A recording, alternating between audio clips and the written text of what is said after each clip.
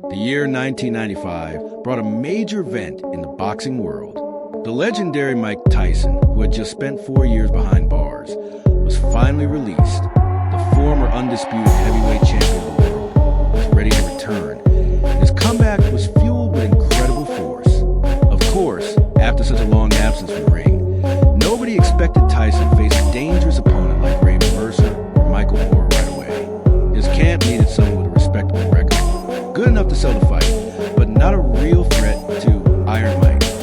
That's how the choice landed on 26-year-old American Peter McNeely. The Tyson-McNeely showdown was scheduled for August 19, 1995, before the opening bell. The referee delivered his final instructions. Gentlemen, we've already gone over everything. Protect yourself at all times. I expect a tough, clean fight. McNeely looked Tyson in the eye and confidently told him, "Your greatest asset can become your greatest weakness." Who was Peter McNeely? Heading into the fight, McNeely had an impressive record on paper. 37 fights, 36 wins, and 30 of those victories coming by knockout. At first glance, that sounded intimidating. But once you look closer, the truth behind his record became clear. Take a professional debut in August 1991 against Van Dorsey, a fighter who had lost all 6 of his professional bouts. Shockingly, Dorsey actually knocked McNeely down in the opening seconds of their fight. Still, McNeely managed to recover and finished Dorsey in the first round. That pattern summed up much of his career. Impressive numbers, but built against weak competition. Out of the 36 opponents he had beaten, only 3 had winning records. His only professional loss came at the hands of Stanley Wright, a former journalist who swapped his pen for gloves and shockingly stopped McNeely in the 5th round. McNeely's most recent opponent before Tyson was a journeyman Frankie Hines, who carried an almost unbelievable record of 69 career losses. McNeely knocked him out in the opening seconds, but it did little to boost his credibility among serious fans. Don King, the promotion machine. Still, with promoter Don King at the helm, the Tyson-McNeely fight was hyped to the skies. King, with his trademark wild hair and his famous catchphrase, "Only in America," worked his magic once again. He even managed to have McNeely placed at number 7 in the WBA rankings, an astonishing leap considering the level of his opposition. King sold McNeely as a powerful heavyweight with knockout ability, a man who had won 36 of 37 fights. To casual fans, it sounded like Tyson was walking straight into danger. But in truth, seasoned boxing followers weren't fooled. They saw McNeely for what he was, a limited fighter with a padded record, chosen because he posed little risk to Tyson's comeback. McNeely's bold words. Despite this, Peter McNeely himself did everything he could to hype the fight, whether it was a calculated publicity stunt or just genuine overconfidence. His pre-fight behavior was nothing short of outrageous. At the press conferences, McNeely boasted with a straight face, "I don't have the slightest fear going into this fight. I want all of you to remember, on August 19th, there will be another sensation. Peter McNeely is here, and he's ready to fight. Tyson is dangerous. I give him credit, but he can be beaten.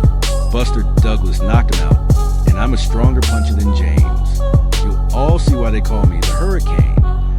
I'll take Tyson right out of the ring." The media laughed. The fans didn't buy it. And deep down, neither Don King nor McNeely himself could really convince the boxing world that Tyson was in any true danger. Still, the stage was set. After 4 years away, the return of Iron Mike had the world's attention. Bookmakers weren't kind to Peter McNeely. Their odds heavily favored the former champion, and the quotes were devastating. Everyone knew the truth. McNeely's chances of pulling off an upset were about as likely as an ice cube surviving on hot asphalt in 30 degrees heat. It's worth noting that Tyson's years behind bars had changed his style. The famous peekaboo technique was gone, replaced by a more straightforward, aggressive approach. He had clearly lost some speed, and his defense was no longer as sharp. But on the other hand, his offense had become even more dangerous. His punches carried terrifying power.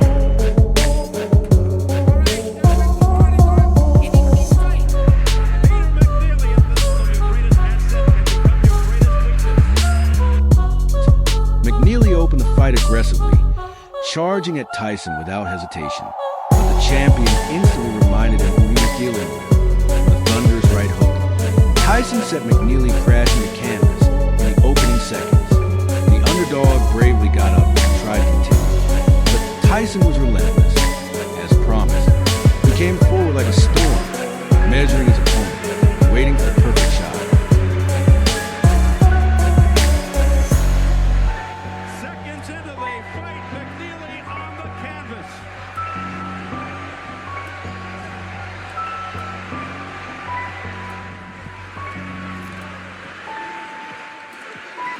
With McNeely's on the inside. Tyson seeming to just hang back there waiting for that one. Just over a minute into the fight, Tyson unleashed a crushing right uppercut, sending McNeely down again for the second time. The referee began to count, but before it could finish, McNeely's cornermen jumped into the ring. By doing so, they left the referee no choice. Instead of a technical knockout, the result was ruled a disqualification loss for McNeely on paper. That made McNeely only the sixth opponent in history who hadn't technically lost to Tyson inside the distance. But in reality, the outcome was obvious. The loud, confident challenger who promised to knock Tyson out had been completely dismantled in less than one round. Post-fight reflections. Analysts broke it down frame by frame. Tyson's first knockdown punch was described as short, crisp, and perfectly timed.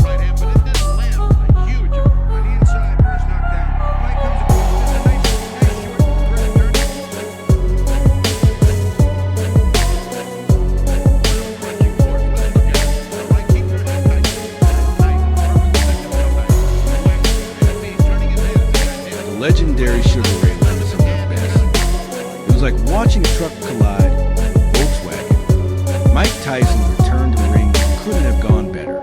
The quick victory over McNeely opened a door to bigger, more meaningful fights. As for Peter McNeely, after the bout he shouted defiantly into the camera that he would come back stronger and prove himself. But nobody believed him anymore. His chance had come and gone in just a few brutal minutes.